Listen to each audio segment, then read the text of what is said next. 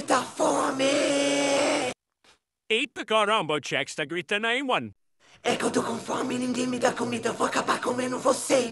Primeiramente, Lyle, segundamente, Lyle de novo. Poxa, o que tá acontecendo aqui, rapaziada? Primeiramente, que porcaria de voz é essa? Segundamente, é que eu tô com fome e eu espero que vocês me deem comida logo. Ah, minha voz tá assim é porque eu fiz uma cirurgia. Ela deve voltar daqui a uns 2 meses, mas eu vou trazer comida pra você, sim, Jax. Eu acho bom mesmo, seu robôzinho de Chernobyl. Isso, ela não precisa me chamar assim também, né? Grosso. Tu me chamou de quê? De grosso, o que tu vai fazer? Ah, mas eu vou te matar agora, eu vou te pegar agora, eu vou acabar com isso. Zuiz amado, que luta feia. Ainda bem que eu não tô me metendo nessa briga, que eu sou uma diva, né? Deus, começou a briga de gigantes aí também. Eu ganhei, eu sempre soube que eu ia ganhar, seu ruim, espinoso. Desculpa, desculpa, eu não tava bravo.